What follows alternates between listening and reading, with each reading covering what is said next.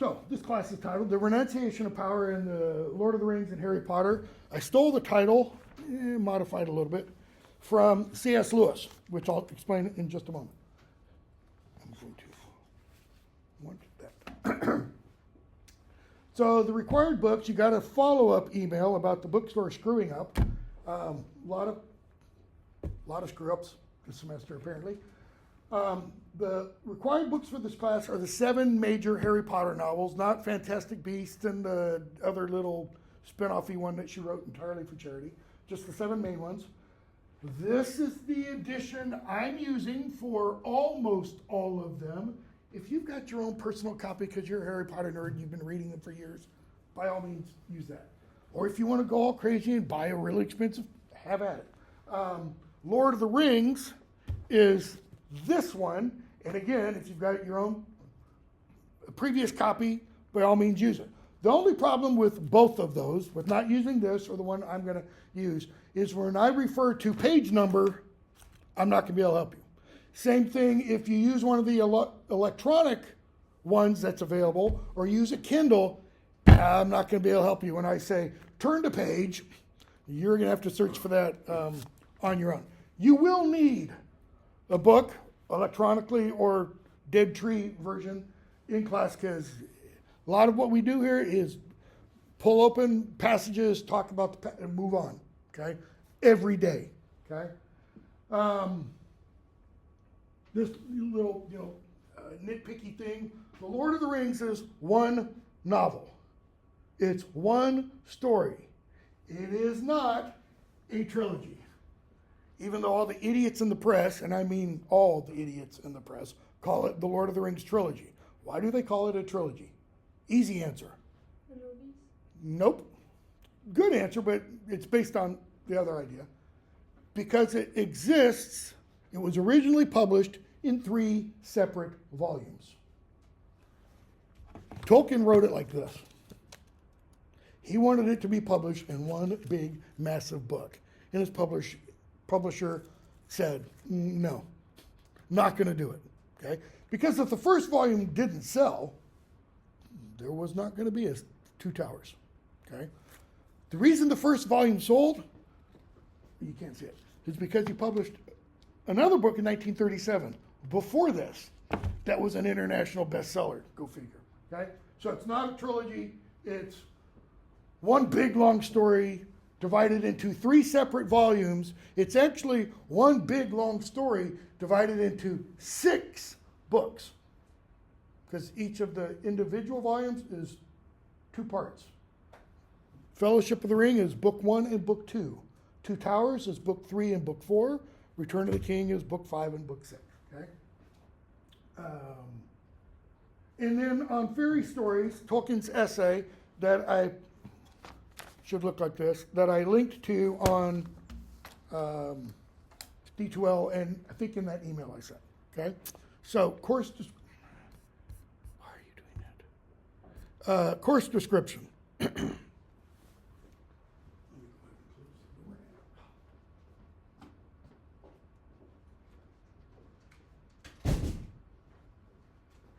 So, specific theme of this course, this class is called Special Topics and Themes or something like that, the 2020 designation. So you can take all kinds of different courses under this 2020 rubric. And let me just throw this right out there. If reading is not your thing, don't take this course. I'm serious. Take another 2020. There are a lot of other courses that have 2/3, half the reading requirements that this one does, okay? I think I had up there in the syllabus. No, I have it right here. You must read the novels to pass this class. The films will be of no use. I mean, okay, not totally true. You get introduced to the characters. You get introduced to Middle Earth. Some of the characters are not the same as the characters in the books. What the films do to the character of Faramir in this book, he's a different character. And I don't mean, he's got green eyes instead of blue eyes.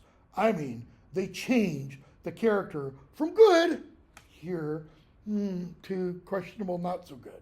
They make Aragorn a 1960s existential angst-ridden quasi, anti-hero hero. No, just absolute blankety, blankety, blankety, blank. No, okay? Peter Jackson's a mental midget. He's a moron. He thinks he's smarter than Tolkien. And he's not even close, okay? Anyways, so don't try to watch the films, and especially with the quizzes. You'll fail.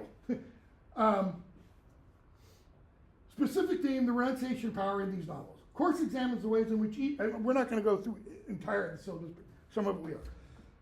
The ways in which each author focuses on the uses and abuses of power, and ultimately how each suggests humility, restraint, and sacrifice, or the renunciation of power, as the means to resist and defeat arrogance, ambition, and the will to power. Okay. So, the renunciation of power. I said I stole the title. C.S. Lewis, Tolkien's good friend, co-member of the Inklings, they would read and drink and smoke pipes, cigars, cigarettes, etc., weekly gatherings with other writers and intellectuals.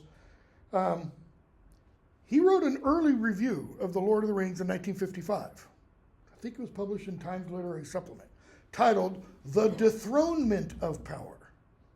Mine's The Renunciation of Power. Okay? What's the difference between dethronement and renunciation? Well, if something is dethroned, what must have happened before it became de? Something became enthroned. Something had power. The dethronement of power means here's power and it gets knocked off its throne. The renunciation of power says, here's power. Nope, not for me. 4 major characters at least 4, in The Lord of the Rings are offered power beyond your wildest dreams. Nope, not for me, okay? So, these authors show humility, restraint, and sacrifice, which are all what? Every one of those does or says what about the self? Nothing. I'm not important. You are what's important. Everyone denies the self. Okay? As a means to resist and defeat what? Arrogance, ambition, and the will to power. Because those 3 things are all about me. It's a great scene in, I think it's the first Doctor Strange film. Okay? Where Doctor Strange is talking to the supreme sorceress, whatever her name is, and she tells him, it's not about you, Stephen. Because he's asking, essentially, how can I do what you do? How can I become like you? Okay?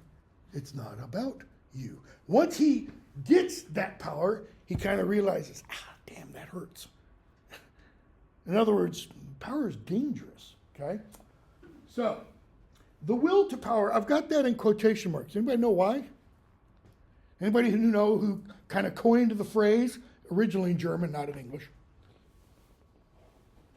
Friedrich Nietzsche, I'll put his name on the board on Thursday, okay? Who did not intend to be, but became extremely influential to Hitler and Hitlerian ideology and the Nazi movement, which was all about seeking power, advancing their power to promote their kind of guy, so to speak. Well, what does that mean, their kind of guy? Aryan, the supremacy of the Aryan race, all that kind of stuff, okay? Which we're going to talk about a little bit later. So that's pretty much what the course is about. We'll talk about all of the books. We'll go into a lot of detail. I won't every day, in fact, I probably won't more than 2 or 3 times say, here's an example of renunciation of power. I mean, we're going to literally see people offered the ring. And they're going to go, nope. While others are going to go, yes, give it to me, Same thing in Harry Potter. Harry's offered something other than the ring. Same thing, and if you don't like Star Wars, sorry, because I'm going to make a ton of allusions to Star Wars. Why? George Lucas loved Lord of the Rings. So did Stephen King, by the way. Read the Dark Tower series. All kinds of Lord of the Rings stuff in there, okay? I'll go over a couple of these things. So, this is a really subject to revision for the very simple reason probably by Thursday we'll be behind. And I'm not kidding. Trying to cram everything I try to cram into this is nearly impossible. So we may end the semester with me having to say, watch this video lecture on the end. God is my witness, I hope this doesn't happen, for the Deathly Hallows. I probably won't do that. I'll probably do something earlier before then to make sure that we don't have to do that. Because if your only perception of the end of the Deathly Hallows is the film, you've been robbed. I mean, really robbed, okay? Which I'll explain later. Any changes to the syllabus, I will talk about in class. I will post them on D2L. I'll probably send an email to that list that I created for you. It'll be in the announcements on D2L. I should have mentioned this earlier.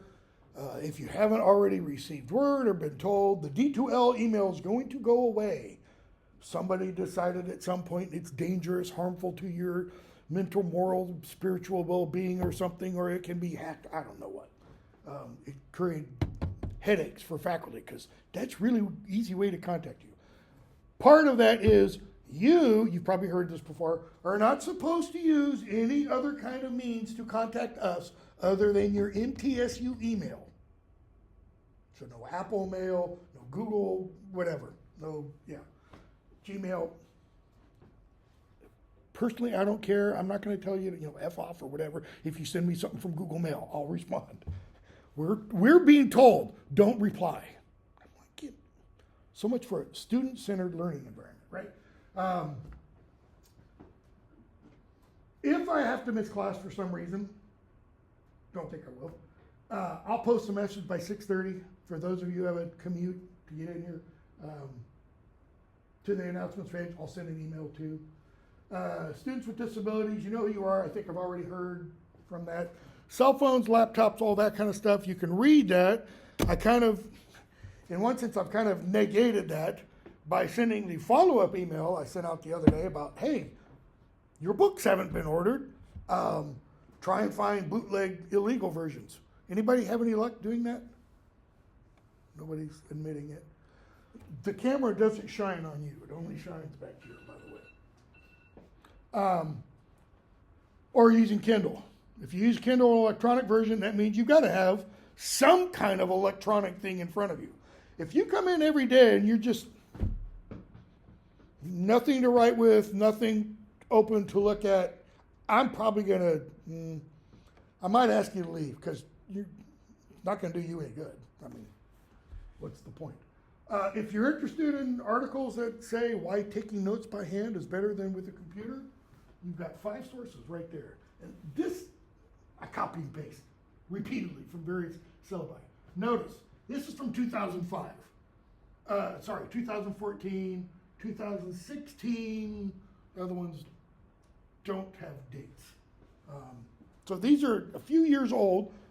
More recent research just verifies you retain material more if you take notes by hand, okay? Classroom decorum. If you bring something with a drink in it, bring it with a kind of solid lid like this and not like a pop-on, like a Coke from a fountain machine or something, because like person in my first class got up to leave or something, spilled a massive Coke right here. Just make sure, I don't mind if you don't eat loud, crunchy food, because the person next to you might have what's called misophonia, which is, it drives crazy to hear people smack their lips or crunch things, or similar with chewing gum. So don't do that. Follow all the other kind of stuff. Try to get here on time. I know one person has a time difficulty. I'll leave the door open for probably the first 5 minutes. And again, because, we're all just pawns in a great cogs of whatever, we're told to close the doors, keep them locked. Why? Because we have our, active threat event, warning, reminder, daily, somebody's out to get you. If somebody's up here shooting up the hall, how many of you really think that door is going to do any good? What do you see in that door right now? And what can happen to windows? Even windows with tempered glass and the wire in them. I'm definitely dead, right? Because where am I standing compared to you guys? Right in front of the window. If someone wants to come in here, you shoot through the window, anyways. Society of Fear.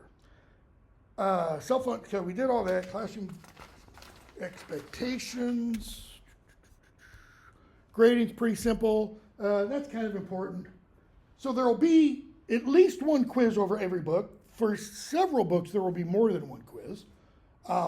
You miss 3 or more, you failed the course. So don't miss them. You'll have plenty of time from when a quiz opens to when it is due. There will be at least 48 hours. All right?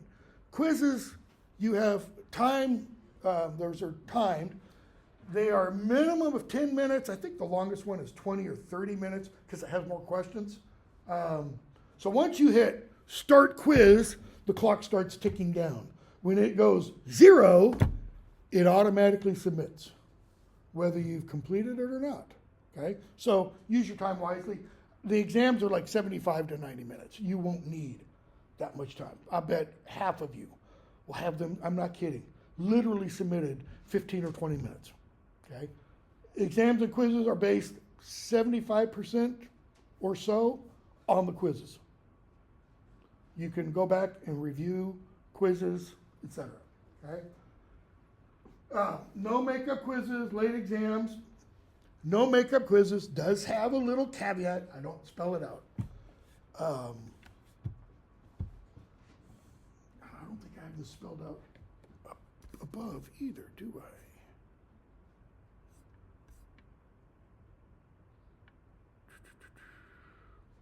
Yes, I do. Didn't talk about this in my first class. If you have an ongoing family emergency, let me know. I mean, obviously, if somebody's been stabbed and they're bleeding out, apply pressure. Do that first once they're stable. Send me an email within, a day. Whatever that family emergency is. You don't have to go into all the details. My father's had a heart attack, my girlfriend, blah, blah, blah. Something like that. Send me an email. I will move heaven and earth to enable you to complete going on. In the past, because literally, I'm not kidding, every semester I've been here for, probably the last 10 years, somebody has had a close relative, brother, sister, mom, dad, spouse, child, guy, one of those. Somebody, either the student has been diagnosed with cancer or had a significant other, family member, etc., diagnosed with cancer, killed in car wrecks, etc. Just let me know, and I'll do whatever I can. It may mean you don't come to class anymore. You do everything essentially from following along the lectures and taking quizzes online. All right? But if you don't let me know, and this happened, I didn't teach last fall. This happened 3 years ago because I've had a couple of semesters of medical leave because of various joint replacements. It was a fall semester, and I did this spiel first day of class, and somebody literally let me know the week of Thanksgiving why I had not seen them since like September 1st. And I was like, I really hate that happened to you, but I can't do anything at this point. You've missed like 10 quizzes and an exam. Sorry, take a withdrawal failing, which I think at that point we could still do just withdrawal. And I'll still try to withdraw with no grade. I have no problem doing that. But just don't wait forever to let me know. Okay? Okay, that's what I needed to get at with this. Something like that happens, when you've got a quiz due, or let me know. I'll give you another day. Okay?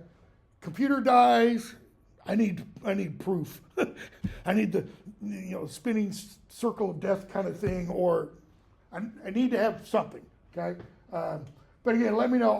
I'll do whatever I can to help you. But if you fail to complete submit, I had a student, again, last year. I told the student, you've not submitted these quizzes. Never heard. Till last week of classes. I'm like, dude, I told you, look at these emails. I copied and pasted them. Didn't hear again after that. You'll fail the course. And if you've already failed the course by midterms or by the last day to drop, I'll let you know. Why?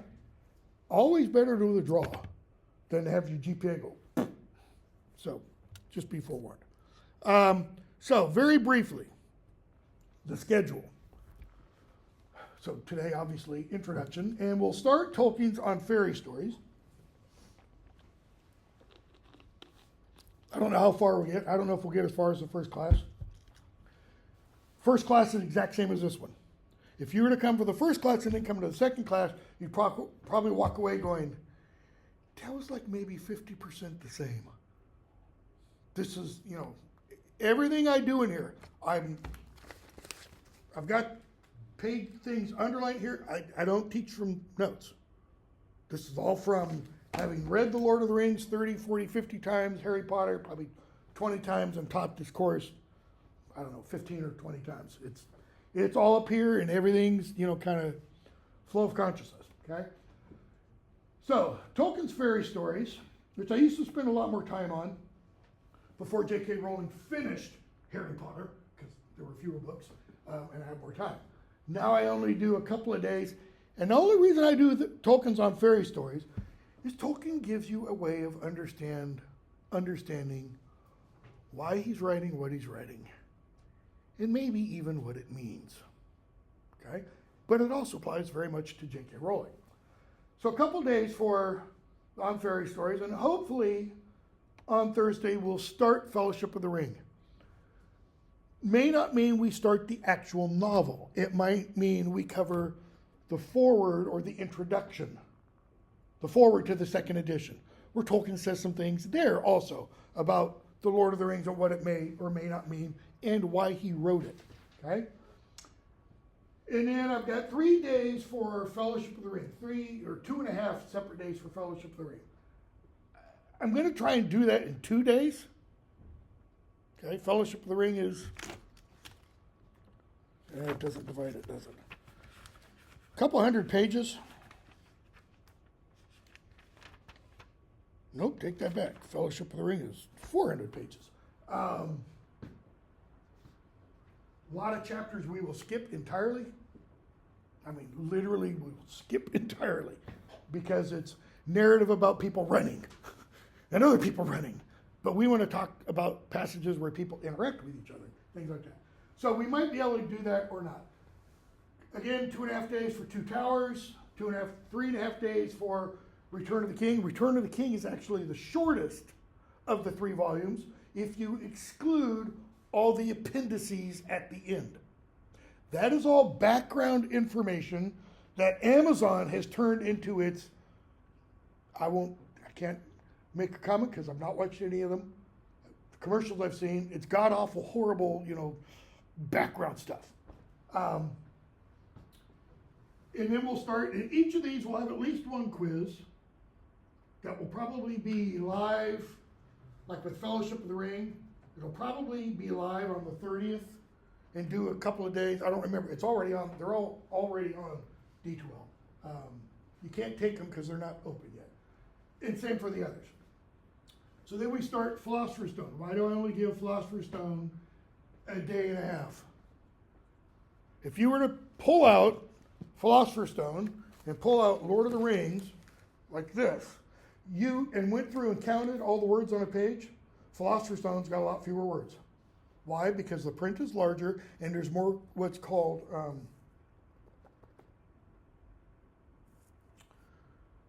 I used to set into type a journal I edited, and I'm drawing a blank. Amount of space between lines. There's a lot more white space on a page of the Harry Potter novels than there is in Lord of the Rings, is the point, okay? It's a lot of it's really fluffy stuff. There's a lot that can easily be skipped. It's a couple hundred pages. Chamber of Secrets, a couple hundred pages. Prisoner of Azkaban, a couple hundred pages. Then we get to the Goblet of Fire. Goblet of Fire is over 400 pages. In the story from Prisoner of Azkaban to Goblet of Fire, by the time you get to Goblet of Fire is much darker. Goblet of Fire, we see a murder. We see a resurrection of sorts, okay, tied to the murder. In fact, we see more than one murder. It's just a lot darker. In one sense, it's pivotal in the series. The 3 books before it lead to Goblet of Fire, and the last 3 books flow from it. It's like a hinge on a door. Okay? And after Goblet of Fire, you get Order of the Phoenix. Order of the Phoenix is twice as long as Goblet of Fire. Order of the Phoenix needed a better editor. Okay? It should be at least 25% shorter than it is. I mean, I'm not kidding. 25% of that could just be removed, and you wouldn't really lose much of the story. And then Half-Blood Prince and Deathly Hallows. Okay? How many of you don't have to show your hands, but I'm just curious. How many of you have read Lord of the Rings before? Anybody? Only a couple. How many have seen the films? Probably most of you. So you're introduced to the film mythic vision, the Middle Earth, and all that kind of stuff. Okay? How many of you have read the Harry Potter novels? Probably most of you. I've seen the films. Okay. The films will help in their introduction to characters, introduction to the worlds of the stories. That's all. Even the plots get changed somewhat, right? More so with Harry Potter than Lord of the Rings. Peter Jackson, my problem with Peter Jackson's Lord of the Rings is he reads Lord of the Rings like Dungeons and Dragons. It's sword and sorcery. It's not what Lord of the Rings is about. The swords and the sorcery are unimportant. It's all about choices. It's all about actions. Okay? Harry Potter, same kind of thing. As Dumbledore says in the second book, it's the choices we make that show who we truly are, much more than our abilities. That is, you can have great talents, but if you don't act and make decisions and act on those choices, okay, that you're not defined, so to speak. Here's another example. I'm not going to be specific. If you've read the Harry Potter novels from beginning to end, and then you've seen the films, something is in the films, something is omitted from the opening of the 7th novel or the 7th film, and something is omitted from the end of the 7th novel or the end of the 8th film. Those 2 scenes that are omitted totally change the meaning of the entire series of novels. By not having them in the film. Changes the meaning in the film version. By removing those, the films are all about revenge. Harry gets Voldemort and kills him at the end. Okay? Not in the books. Because the beginning of the 7th book begins with a, how do I want to put this? Not an act of redemption, an example of redemption. Begins with that. We see someone has changed from what that person was before. Totally, I mean redemption, repentance, totally different. Because what do those mean? Repentance literally means, it doesn't mean fall on your knees, hail Jesus. It means you're going in this direction, you realize it's wrong, and you turn around and you go back from the direction you came. It is a change of character, change of heart. We see a character have a change of character, a change of heart. Okay? At the beginning. At the end, we see someone offered the opportunity to change and doesn't take it. Okay? So, quizzes, exams, you can read all that on your own. Any questions? Notice, this is the one reason why you wouldn't want to drop this class. No papers assigned. Unless, slight chance, unless I add some kind of little writing thing via D2L late in the semester as part of like the Rowling thing. But I'm not planning on it. Okay, so I don't think there's anything else I need to do in there, so let's turn you off and you up.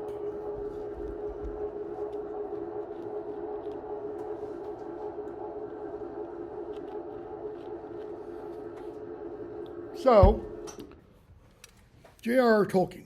I never started this, did I? Yes, I did. J.R.R. Tolkien. We're starting with on fairy stories. Why? Well, I got to back up a little bit before I can answer that question. J.R.R. Tolkien was a professor of Anglo-Saxon at Oxford University from the early 1920s until he retired, I think it was in 45. Okay? And I shouldn't go into this, but I will very briefly. The term Anglo-Saxon is now frowned upon. For the simple reason that idiot, moronic, racist, pick your adjective, white supremacists started identifying themselves with Anglo-Saxon 10 or 12, 15 years ago. So now even academic societies no longer use the term Anglo-Saxon. There used to be, my field of study is Anglo-Saxon studies. I taught Old English and Beowulf, Anglo-Saxon, and Beowulf here till about 4 or 5 years ago. The preeminent journal in my field was Anglo-Saxon England. They've changed the name. Why? Because of a couple 100,000 morons worldwide have glopped that term onto themselves. So now we change an entire field of discipline. Utterly woke nonsense out the wazoo, okay? Just utterly crazy. If anything, as I explained to a journal, a publisher, we ought to defend the term and take it back from those idiots. Professor of Anglo-Saxon. Tolkien would not have, he really would have been angry about what happened. His field of study, obviously Anglo-Saxon. In 1936, he delivered an essay, delivered a lecture that was published in 1936, titled Beowulf, the Monsters and the Critics. What does this have to do with fairy stories? I'll tell you in a moment. That essay made him the preeminent Beowulf scholar in the world. And you're thinking, big freaking deal, right? I mean, who's read Beowulf? Well, anybody who studied English literature at that time had. Probably some of you had Beowulf in an AP English course in high school, and you probably got a horrible version of it. I spend literally, I'm not kidding, 8 90-minute classes in my Intro to Lit course just on Beowulf, and I do it to correct what they've been taught before, because it's largely wrong. So Tolkien wrote this essay. Anybody know what Beowulf's about? This is another example of a story that's been turned into film many times. They're all horrible. When the Gerard Butler one came out, I thought, oh no, this could be good. This was before Gerard Butler just started doing entirely action film. He was still a pretty good actor. Because they're going to use Old English. It's going to be filmed in Scandinavia and England. And it begins with this narration in Old. I'm like, oh man, that's great. Because Old English ought to sound something like Scottish. And he does this with his Scottish lilt and everything. Okay? But then the film is absolutely horrible because they change it too much. Beowulf is about a character named Beowulf, who, in the course of the long poem, it's 3,182 lines, fights 3 main monsters. He fights other monsters too, but those fights exist in narration, where he talks about having killed sea monsters and giants, etc. So 3 main monsters. Character named Grendel, Grendel's mother, and he kills Grendel's mother because when Beowulf kills Grendel, he doesn't literally kill him, pulls his arm off. Grendel makes his back home to his mother's lair and dies from blood loss. She gets very angry. She goes back to wreak vengeance on Beowulf. Why? Revenge. It's a feud society. You do something to one of mine, I'm going to do something more to one of yours. If you've ever saw, I hate it when that happens. I start to make a popular reference, and the name of the movie, Kevin Costner, Sean Connery, FBI, Al Capone days, The Untouchables. If you ever saw The Untouchables, Sean Connery plays a Chicago cop, and he says, they do something to one of yours, you do something to one of them. They bring a knife, you bring a gun. They kill one of yours, you kill 5 of theirs. That's a feudal society, okay? Feudal society. Hatfields and the McCoys, to put it in southern parlance, right? So Beowulf kills Grendel. Grendel's mother comes back to attack. She kills one of Beowulf's lord's men, his closest friend. Beowulf kills her. A lot of years pass, over 50. Beowulf's now old, and a dragon arises. And Beowulf has to fight the dragon to protect his people, or so he thinks, okay? So Tolkien, in this essay, is addressing how people have been reading, discussing, criticizing, writing articles and books about the poem until Tolkien. Because the critics, these are literary critics that he's talking about, prior to Tolkien said the monsters are irrelevant. They're not important. Nobody reads Beowulf for the monsters. We read/study Beowulf, the critics said, because of what the poem tells us about the societies in the poem. And what is meant by that is one term that's used today to describe this, cultural materialism. What kind of material artifacts do those societies produce? Well, in the poem, you have swords that have names. You have necklaces that have names. What does this indicate? Heirlooms. And so we get descriptions of these swords. We get descriptions of shields and helmets. We get descriptions of burial practices and weddings and parties. And so the critics said, look at all the information this poem is telling us about this culture 1,000 years ago. Because for many of those critics, it's talking about their cultures, their backgrounds. Most of the critics of Beowulf were Germanic, either literal Germans or English, because England is a Germanic society, all right? Tolkien said, wrong, wrong, wrong, wrong, wrong. The poem is about Beowulf's interactions with the monsters. The monsters are central. What all these other critics are doing is they're looking at Beowulf like it's a mine, M-I-N-E. And you have to dig into the mine to get what? Ore, gold, silver, etc. And those customary things about, mead cups and swords and shields, that's the ore they're trying to get out. Tolkien said, you're missing the point. The ore is the interaction with the monsters. He said, ultimately, long essay, it's like 50, 60 pages, Beowulf's about one thing, the rise and fall of a great man.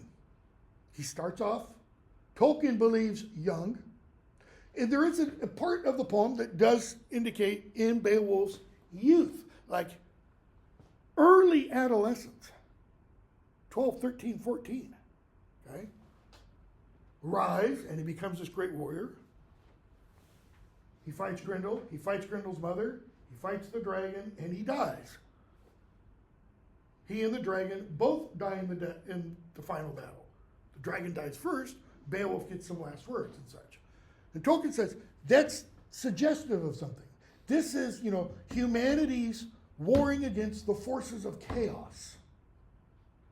That's what the monsters and the dragon represent. They represent the forces outside our control that tear us down. Beowulf never gives up. He fights on. Okay? So Tolkien spends this great amount of time emphasizing this. Ever since that point, anybody who writes anything about Beowulf has got to reference Tolkien's essay. It's that big, paradigm changing. All right? So he writes that, 1936. He hasn't written and published any fiction yet. 1937, so at the same time that he's working on this essay, Tolkien publishes in 1937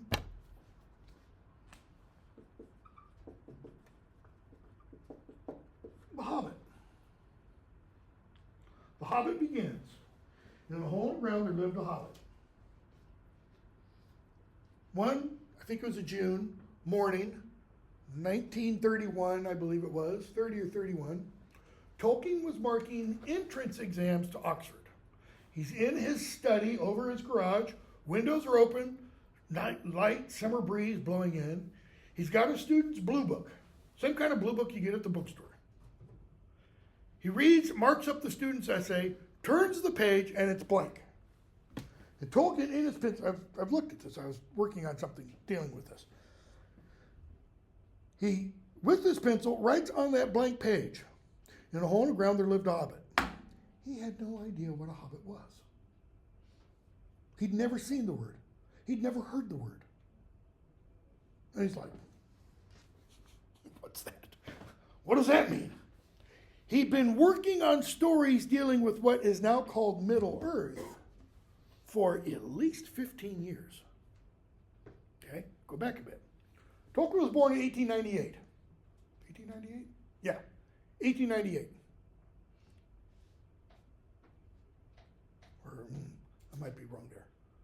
Late 1890s, whatever, sometime in the 1890s.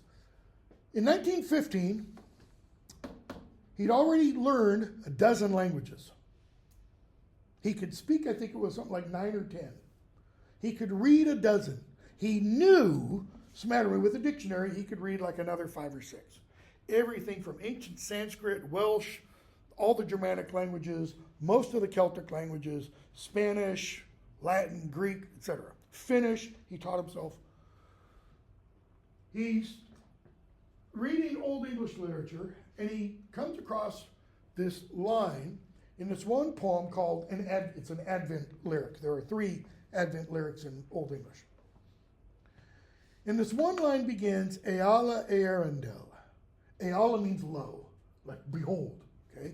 And Earendel, Earendel, means morning star. It's a name for Venus. Venus is often the morning star, the first thing you see in the morning. And Tolkien looks at that, and he takes that, and it like sparks something in his mind. And he begins writing a story. But Earendil is no longer a star. Earendil is now a person. Earendil comes into the Lord of the Rings as the character not alive in the Lord of the Rings, happened thousands of years previous. Earendil, an ancestor of both Elrond and Aragorn, if I remember correctly. From 2 words. And so he starts fleshing this idea out. And he starts creating what becomes Middle Earth. All right? In a hole in the ground there lived a hobbit. Tolkien has to try to figure out what is that. So he starts writing a story. He's got 4 children, and he starts reading the story as he writes it to his children.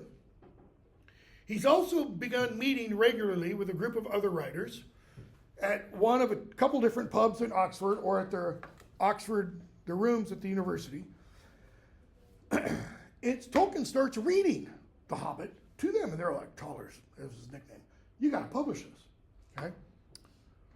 1937, he sends a typescript off to a publisher in London. Somebody gave him the name. The publisher, a guy named Stanley Unwin, gets it, and he's like, what? Book's called The Hobbit, There and Back Again. What the hell's a hobbit? And he reads the beginning. In a hole in the ground there lived a hobbit. he gives the typescript to his son, who I think is 9 or 10 years old. He says, Rainer, read this for me. Tell me what you think. Okay. We would call private school educated. Rainer, public school there, here private. Private school educated. Yes, father, of course I will. He takes it and reads it and writes like a 1.5 page summary and response. He essentially says, Dad, you gotta publish this. This will be great. Mind-blowing thing. On the basis of a 10-year-old's opinion, the father publishes it. If you get, I think there were initial print run of either 750 or 1,500. If you can find one of those, I think the last time one went up for auction, it was several $100,000. Because again, there were only either 750 or 1,500 of them. Okay, it gets published and it is immediately hailed as an instant classic.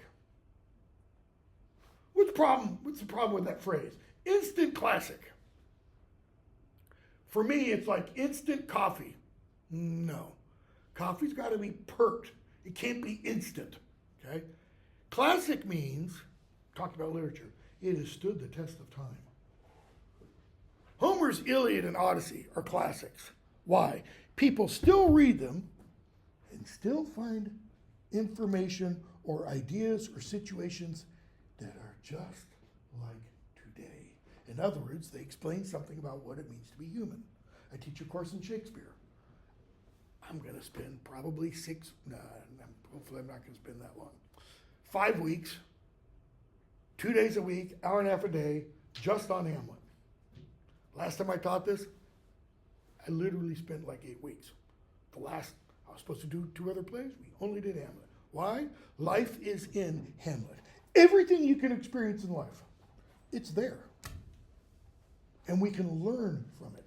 So, Tolkien's work was called It Instantly Is That.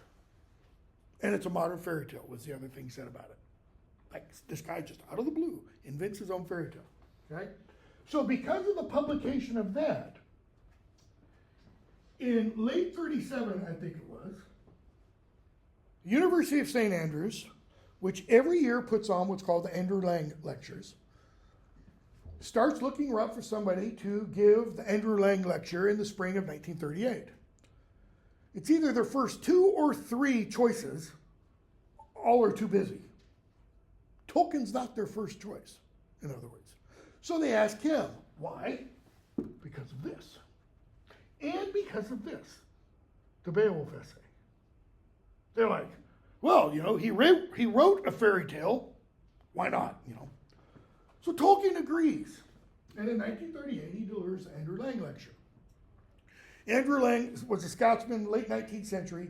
He collected fairy stories, myths, etc., and published them in a series of books. They're called the Rainbow Books, not because LGBT, all that kind of stuff. Each book had a different color. Okay? The red book, the green book, the yellow book, and each one, the color, had something to do with the kind of stories that were in it. So people who do, you get one with this color, it's going to have these stories, etc. So Tolkien says, yeah, sure. I don't really know anything about fairy stories, but yeah, because he wasn't what's called a mythologer, someone who studies them. Okay, read the essay, and he talks about all that. So he begins his essay and says, if I'm going to talk about fairy stories, it seems like I ought to address 3 questions. What is a fairy story? Or what are fairy stories? 2, what are their origins? Or what is their origin? 3, why do we read them now? What's the purpose of them now? Right? So, 3 questions. First one, what is a fairy story? Tolkien takes a lot of pages. Not going to go through all of them, not going to go through any of them, to essentially say they can't be defined. You can't define the term. He took the approach to defining fairy stories. I think it was Justice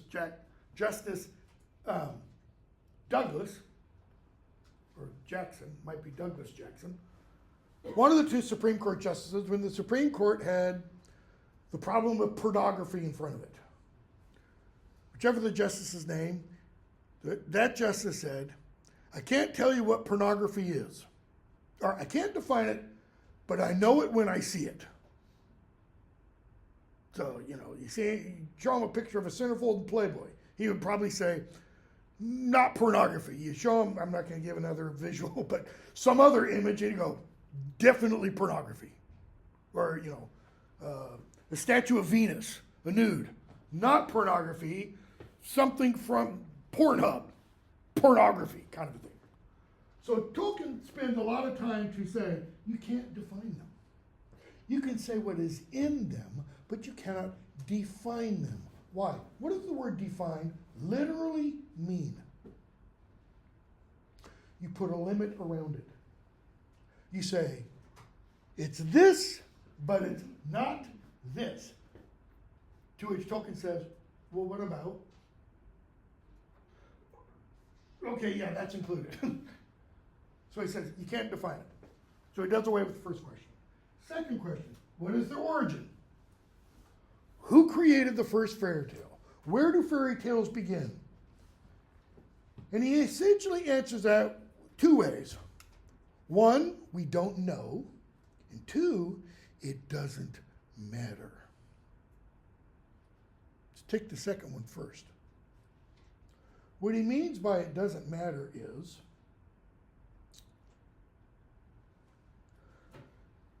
what's a fairy story made up of? It's got characters, right? It's got a plot. It's got settings. How do you define the characters? What makes the characters that they are? Why does The Lord of the Rings have something that confers invisibility and Harry Potter has something that confers invisibility? And they're not the same thing. Why do other cultures have that? Why do all cultures have a great flood story? Why do many cultures have stories dealing with people talking with animals, or trees, or the sun, or moon, and stars, okay? Tolkien says these are all elements of fairy tales or mythic stories. But if you remove those elements from the story, what do you have? No story. Get back to this for a minute. The problem, he said, with what the critics were doing is they were taking all these little elements away from the story. Except here, he's going to use a different analogy for this than he used for this. In this, he talks about Beowulf as a tower. A tower constructed by great craftsmen. Stone, beautiful. Well, the tower, by the critics, gets taken apart because they want to see what it's made of. What happens when you have a great tower that you take apart? You don't have a tower anymore. You've got brick or stone or steel, but not a tower. The image he uses over here is soup or stew. And he talks about the cauldron of soup. So say, as an analogy, Thursday, I say, don't worry about breakfast.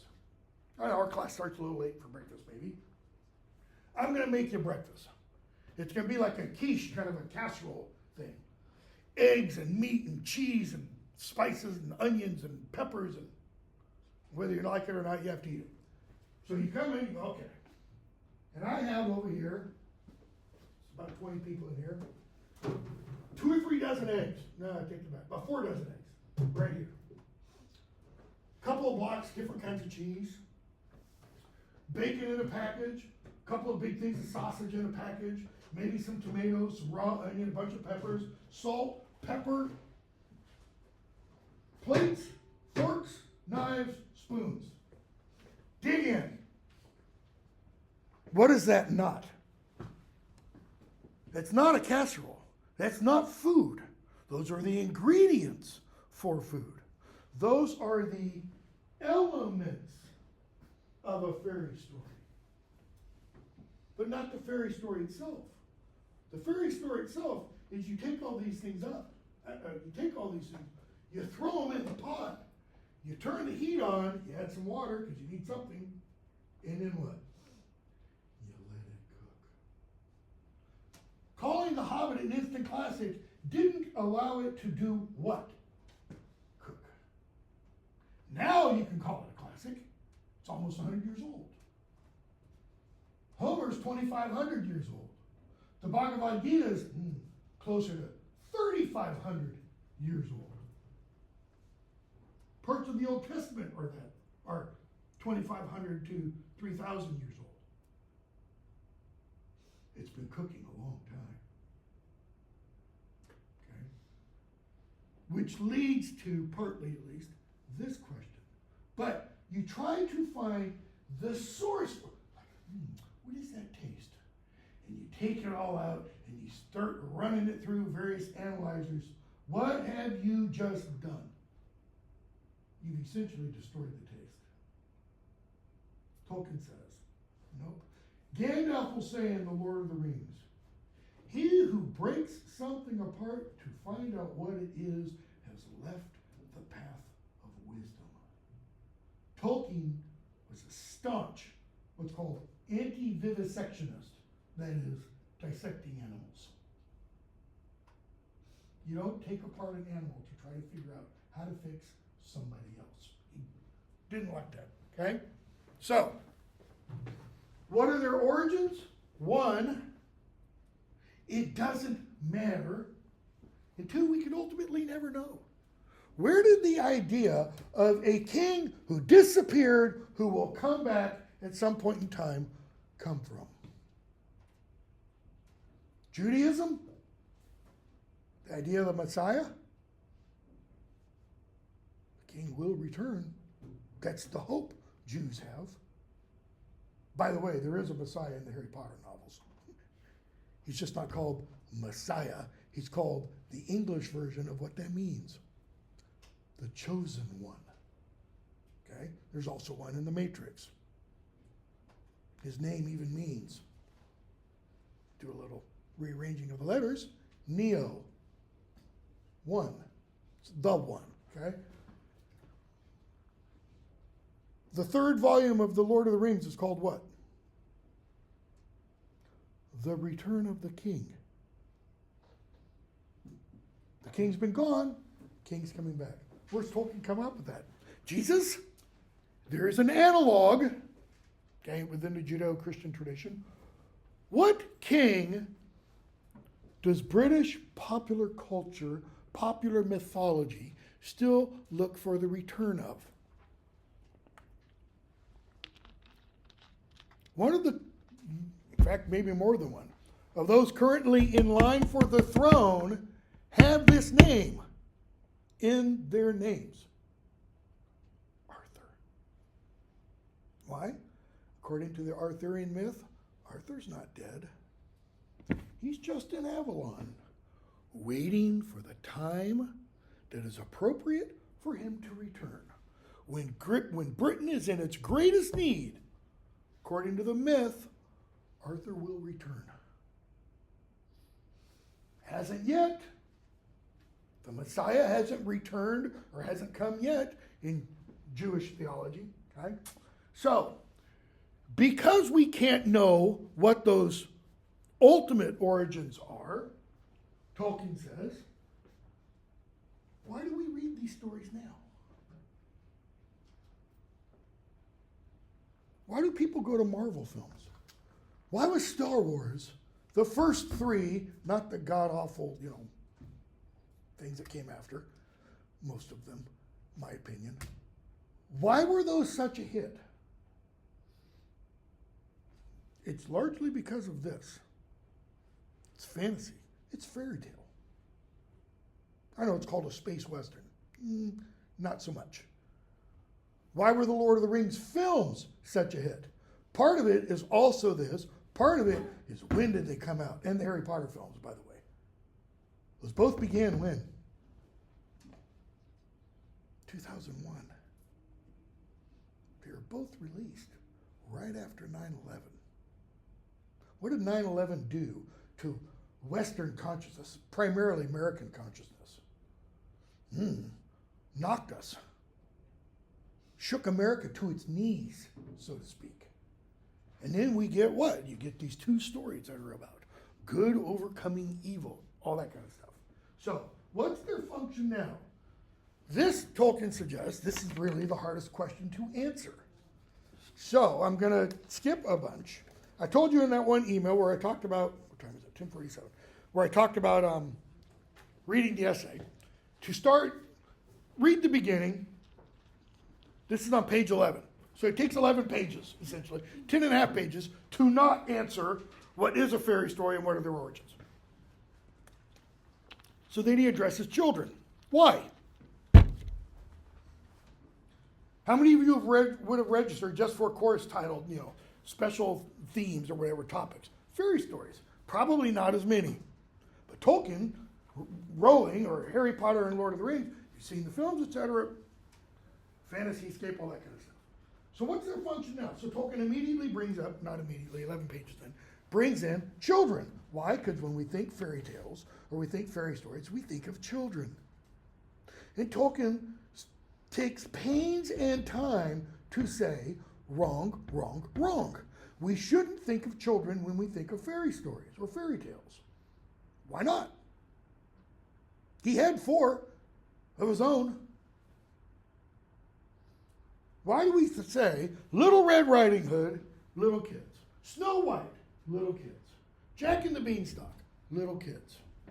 Hansel and Gretel, little kids.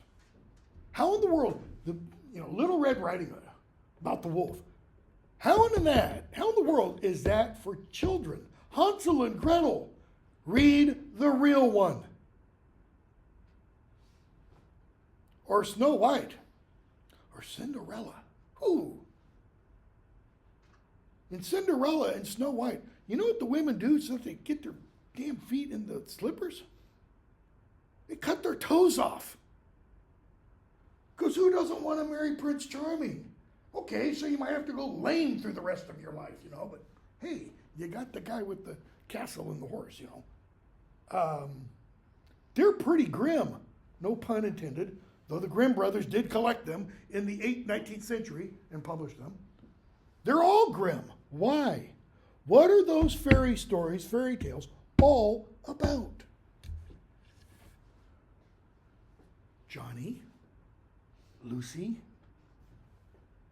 there's danger out there. The world is a dangerous place. Is the big bad wolf always going to look like a big bad wolf? No. Do all Grendels look like a giant demonic monster? No. Sidebar anecdote. 63, grew up in California, what is now called Silicon Valley, Santa Cruz Mountains, 10 miles away at most. Grew up when the Zodiac Killer was doing his business in the Santa Cruz Mountains, okay? Fairly normal, what was considered normal then, childhood, back in the late 60s, I could, when I was 10 years old, get on my bike and pretty much go wherever the hell I wanted. 5, 10 mile, have fun, out of my hair, kind of thing. Halloween, go a couple miles away.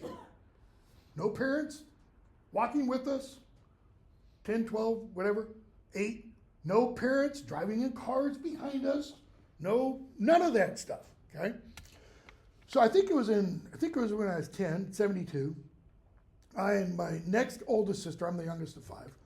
My next oldest sister were trick-or-treating, and we start our house and we go left down our street, and guy who'd moved into the house, I think it's four or 5 houses down from us, into a house that friends of ours used to live in. Don't remember seeing him before at all. Anyways, we go to his house, knock on the door, opens the door. He's dressed in black. The living room wall is painted black. And it's just dark. I think he had a black light in there. We're kind of like, okay, he drops some stuff in our bag, and we turn and leave, and he starts following my sister and I. We were like, okay, this is creepy. We meet up with some others. I think my sister goes off with somebody else, and I went off, another direction. He stopped following us. All right, didn't think anything about it. 12 years later, so this would have been 72, so I don't know, 10, 12 years later, I moved away from home. I don't remember if my mom called me or something, or I just saw it on the news. Worst serial killer in California history caught. A guy named Leonard Lake. He was a guy who lived 4 doors down from me and followed my sister and I that one Halloween. Grindles are real. They don't always look like monsters, but they're real. Okay? Ask Jeffrey Dahmer's neighbors. Ask Ted Bundy's victims. John Wayne Gacy's victims, the little boys that he abused and murdered. Ask Stalin's victims. 60 million. You know why Ukraine really doesn't like Putin? Putin's a pushover compared to Stalin. The majority of those 60 million were from Ukraine. Okay? Ask Mao's victims. Take your, dictator's pick. So, what point of children do need to be taught these stories.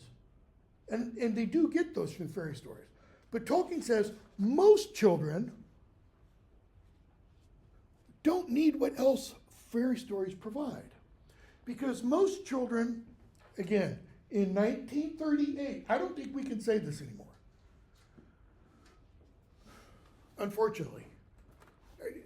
I brought it myself because in let's say 72 even, you didn't hear, they happened, you didn't hear about child abductions. You didn't hear about school shootings. They did not happen nearly as much. You never would have gone into a school, even 20 years ago, and seen something like this. What was my version of this? Duck and cover. We had air raid sirens at the end of our street, outside my elementary school, a couple times a month. We would do duck and cover drills. Not for earthquakes, this is California. Earthquakes are, hey, look, it's shaking. You rock and roll with it. Hide under that for what? I grew up 20 miles away from Lockheed. Okay. Lockheed would have been a #1 target for the Russians. And that's going to help us, But we weren't, as kids, other than doing those, we lived life like what? Everything's cool, man. Everything's great. We had a fantasy life. We could pretend. How many of you, if you remember or are willing to admit, had an imaginary friend growing up? That's what Tolkien's kind of getting at. Children don't need the same kind of thing we do. But he says one of the reasons fairy stories get applied to children is a very prosaic thing. If you have children, when you're older and if you have children, you'll probably do one of the things my wife and I did, which is what Tolkien alludes to. You have a piece of furniture that's, worn out. It's been sat on too much. It's got some tears, but you don't want to give it away necessarily because there's space upstairs. You put it in the bonus room. He says you put it in the nursery. Fairy tales got shunted off to kids. Why? Because in the middle of the 19th century, it was thought literature should be serious. Literature should be realistic. It should talk about, portray the problems of reality.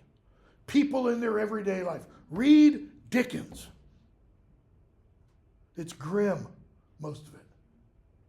Why? Because life in the mid-19th century London sucked. Little kids died of tuberculosis. Why? Because the children were the chimney sweeps. They weren't using brooms to go up and down chimneys. They would send 6, 7, 8, 9-year-old children to go up and down the flues and rotate their bodies as they went to wipe all the soot and creosote off on them. Read Blake's Chimney Sweeper poem, okay? So, Tolkien goes on. I'm going to skip a bunch. To page 15. And he says, if we use child in a good sense, it has also a bad one. Okay? What's the bad sense of child? How would you feel? I'm talking one day in class, I see you do something, and I say, don't be childish. That's a bad sense. Acting childish means not acting your age. Okay? So he says, normally it has a good sense. We must not allow that to push us into the sentimentality of only using adult or grown-up in a bad sense. In other words, if we use child in its good sense, that doesn't mean that not to be a child, but to be an adult, is necessarily bad. There's a filmmaker who in his early film career accepted the bad understanding of adult. He's still prominent. Steven Spielberg. Watch the original version of E.T., not the redone one. All the adults, with the exception of, not Elliot, Elliot's mom. All the adults are portrayed how? Almost all of them, through most of the film. Here, down. You don't see their faces. And most of the adults, largely the government, are portrayed in black. When the FBI and the men in black come looking for E.T., what are they carrying with them? Shotguns. Spielberg reshot that because of complaints many years later. So you get the new version of E.T., you don't have a single agent carrying a shotgun. What do they carry? This will instill fear in all of you. So let me just throw this trigger warning out there. I don't even have one with me. Clipboards. Ooh, just makes my spine tingle. Adult does have, Tolkien says, a good term. To be an adult means you've what? What's the other word? Matured. You've ripened. You've become what you're supposed to be. Just like you wouldn't eat an unripe piece of fruit. Okay? The process of growing older is not necessarily allied to growing wickeder. Just because you've grown up doesn't mean you've grown worse. It doesn't stop that from happening. Okay? Children are meant to grow up and not to become Peter Pans. What was Peter Pan's problem? If you've ever seen one of the films or read the story, he refused to grow up. Why? He wanted to play. He didn't want responsibility. Not to lose innocence and wonder, that is, to grow up, you should retain innocence and wonder. Not to lose those things, but to proceed on the appointed journey, that journey upon which it is certainly not better to travel hopefully than to arrive, though we must travel hopefully if we are to arrive. Now that's kind of a convoluted sentence. What does he mean? Each one of us has a journey. What is it? It's different for me than it is for each one of you. It's different for each one of you than it is for everyone else. That journey is your life. Notice Tolkien is saying, in each of us, our journey has a destination. There's an end point. What is that? Literally, you die. Do you know what your death is going to be? Nope. So he says, not to lose innocence and wonder, but to proceed on the appointed journey, that journey upon which it is certainly better not to travel hopefully than to arrive. He's saying, the journey isn't all about traveling hopefully. Change this language to kind of educational philosophy. Major idea in education today is it's all about the process. It's all about how you learn, not what you learn. My opinion, BS. It is about what you learn. That's what's important. That's why you're here. Okay? Tolkien says, but It's not on the journey itself, it's on the destination. But, he says, in order to arrive at the destination, what must you have? Hope. We must travel hopefully if we are to arrive. What does that mean, hopefully? If I say, hopefully I'll get a raise, that can mean a whole bunch of different things, can't it? It could also mean, hopefully $1 million will be in my mailbox today. That ain't going to happen. When I say hopefully, that's what? Hopefully, there's a guy dressed in white with a big long beard up in the sky, and he's waving a magic wand around and makes my... I've got a colleague with a thing on her door about how bad oil and coal and all this kind of stuff is. And I'm like, okay, maybe you think that. Sorry, I'm going to offend some people. And maybe there's unicorns and pixie dust too. But until we get to that point, oil and gas is it, folks, or coal and oil and gas. What's his point? We have to have hope. What are you if you don't have hope? The opposite of hopefully is despair. Literally, despace from Latin. It means no hope. Every one of you has hope that today will be better than yesterday. How do I know? Literally, you are here. You got up this morning.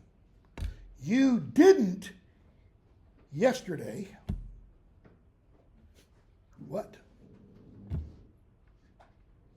End it all. If you have no hope, what does that lead to? There's only, I'm not advocating.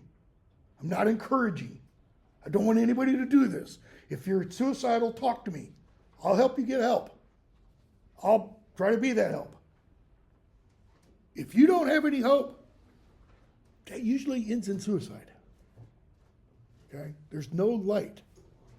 So, Tolkien says, last minute, it's one of the lessons of fairy stories that on callow, lumpish, and selfish youth, peril, sorrow, and the shadow of death can bestow dignity.